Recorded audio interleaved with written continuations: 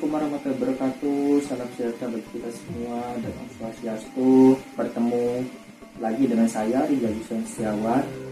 Sebelumnya kita sudah membahas 3 ISO dan juga kita sudah membahas sejarahnya dari ISO dan juga ANES SL. Nah, kali ini pembahasan ISO terakhir, saya akan membahas ISO terkait risk management atau tentang manajemen risiko, yaitu ISO 31000. Nah, ini terbit tahun 2018 ya. Nah, jadi untuk ISO yang bisa kita sebut ISO 31000 ini jarang kalian dengar mungkin. Nah, karena biasanya ISO yang seperti ini hanya ada di perusahaan-perusahaan. Nah, jadi kalian pasti ingin tahu bagaimana sih ISO 31000 ini, manfaatnya apa dan juga isinya apa saja. Nah, terus pantau video saya. Jangan lupa klik subscribe dan klik lonceng untuk tahu update terbaru video yang ada di channel saya. Oke teman-teman, mari kita lanjut. Teman-teman sebangsa setanah air, kita akan membahas terkait ISO 31000 atau ISO 31000. Adapun outline-nya itu ada pendahuluan, tujuan ISO, manfaat ISO, ISO versi lama dan versi baru, dan juga prinsip ISO 31000. Oke, pendahuluannya ini saya ambil ISO 31000 dari sertifikat yang lama ya, karena 2018 nggak ketemunya yang 2012. Oke, lalu apa sebenarnya definisi resiko menurut ISO 31000? Jadi adanya efek penyimpangan dari yang diharapkan, bisa positif ataupun bisa negatif atau bisa keduanya, dan dapat mengatasi, menciptakan atau menghasilkan peluang dan ancaman. Lalu intinya definisi risiko ini dinyatakan dalam sumber risiko, peristiwa potensial, konsekuensi dan kemungkinannya. Lalu apa definisi manajemen risiko menurut ISO 31000? Jadi definisinya adalah kegiatan yang terkoordinasi untuk mengarahkan dan mengendalikan organisasi terkait dengan risiko. Adapun ISO 31000 ini penting karena kita mengacu beberapa kasus ya. Contohnya adalah Enron case. Nah, Enron case ini ada suatu peristiwa kebangkrutan tahun 2001 dan itu menyebabkan 4000 pegawai kehilangan pekerjaan, dan itu terjadi di Amerika Serikat. Padahal pada tahun 2000 itu penghasilan dari Enron adalah 101 miliar dolar Amerika, dan juga masuk perusahaan Amerika yang paling inovatif selama 6 tahun berturut-turut. Namun ketika terungkap kasus kondisi keuangan yang dilaporkannya didukung oleh penipuan akuntansi yang sistematis, terlabak dan direncanakan secara kreatif, maka akhirnya perusahaan ini bangkrut pada 30 November 2001 dan tidak terselamatkan. Ya, lalu selain Enron Corporation ada lagi Takata, dan ini yang sering kita dengar ya. Jadi ini adalah kondisi di mana terjadi recall mobil terbesar dalam sejarah, dan juga cara otomotif juga. Jadi 34 juta mobil di recall gara-gara airbag Takata. Nah, jadi airbag Takata ini katanya ada material-material berbahaya, jadi beresiko meledak dan juga melukai pengemudinya. Dan ini berbahaya gitu. Karena di sini bukan hanya pengemudi, tapi penumpang-penumpangnya itu kan banyak juga yang dikasih airbag, fasilitas airbag seperti yang di belakang, bagian tengah, dan itu dikasih airbag, dan itu ketika airbag ini keluar malah meledak dan juga mengeluarkan material-material yang berbahaya. Nah, dan juga kerugiannya itu 133 triliun. Bayangkan saja, dan perusahaan dan Takata ini tentunya tidak terselamatkan. Lalu ada Volkswagen case. Nah, jadi Volkswagen ini adalah perusahaan otomotif dari Jerman yang terkenal. Nah, jadi di sini mereka ada kasus namanya Dieselgate emission.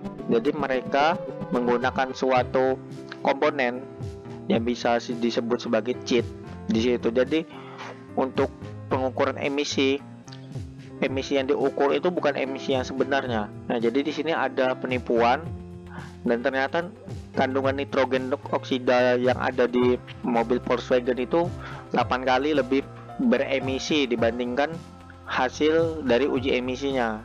Nah, dan sini menyebabkan kerugian sebesar 1,2 miliar dolar Amerika atau setara 16,7 triliun karena kasus Dieselgate ini. Adapun tujuan ISO itu adalah digunakan oleh organisasi untuk menciptakan dan melindungi nilai organisasi dengan cara pengelolaan risiko dalam setiap perencanaan dan pengambilan keputusan untuk pencapaian sasaran dan tujuan organisasi serta mendukung perbaikan terhadap kinerja organisasi. Nah, jadi di sini tujuan ISO 27000 itu untuk manajemen risiko agar perusahaan itu bisa bertahan. Adapun untuk manfaatnya, ada banyak sekali. Yang pertama itu meningkatkan pencapaian sebuah tujuan organisasi, lalu ada mendorong manajemen secara proaktif, sadar akan pentingnya suatu kebutuhan dalam mengidentifikasi serta memperbaiki sebuah manajemen risiko di dalam organisasi. Yang keempat adalah mengidentifikasi antara peluang dan ancaman, dan juga lain-lain ya. Contohnya ya seperti meningkatkan ketahanan sebuah organisasi dan juga meminimalkan kerugian. Adapun ISO 31000 tahun 2018 ini ada versi lamanya yaitu 2009. Nah, perbedaannya itu yang berubah jumlah halamannya yang menyusut dari 24 halaman menjadi 16 halaman, itu yang pertama. Lalu yang kedua adalah diagram yang menggambarkan hubungan prinsip, kerangka kerja dan proses manajemen juga berubah. Nah, pada versi 2009 prinsip, kerangka kerja dan juga proses digambarkan sebagai rangkaian unsur yang berurutan. Sedangkan saat versi 2018, ketiga bagian ini digambarkan sebagai sistem terbuka yang saling berkaitan.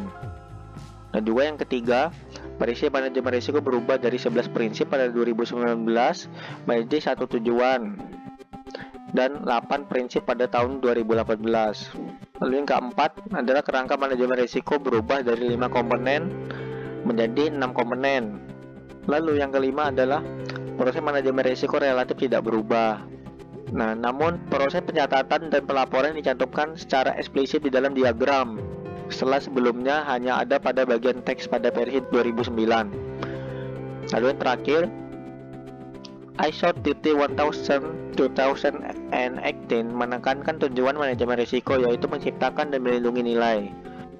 Dan tujuan itu diwujudkan dengan meningkatkan kinerja, mendorong inovasi, dan mendukung pencapaian sasaran. Adapun prinsip dari ISO 31000, nah itu ada banyak. Yang pertama itu terintegrasi. Apa itu terintegrasi? Jadi manajemen risiko adalah bagian integral dari semua kegiatan organisasi. Lalu yang kedua adalah terstruktur dan komprehensif, yaitu pendekatan terstruktur dan komprehensif untuk manajemen risiko berkontribusi pada hasil yang konsisten dan dapat dibandingkan. Lalu yang ketiga adalah disesuaikan. Apa maksudnya? Jadi kerangka kerja dan proses manajemen risiko disesuaikan dan proporsional dengan konteks eksternal dan internal organisasi terkait tujuannya. Lalu yang keempat adalah inklusif.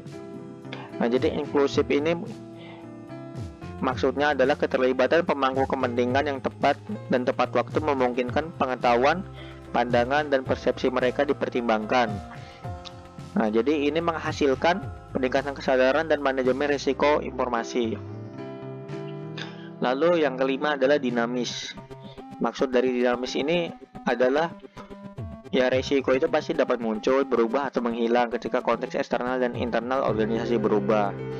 Nah, jadi manajemen risiko itu untuk mengantisipasi, mendeteksi, mengakui, dan merespon perubahan dan peristiwa tersebut secara tepat dan dalam waktu yang tepat. Nah, jadi di sini dinamis, tidak statis ya. Lalu yang keenam adalah informasi terbaik yang tersedia. Maksudnya adalah input untuk manajemen risiko didasarkan pada informasi historis dan saat ini serta harapan masa depan.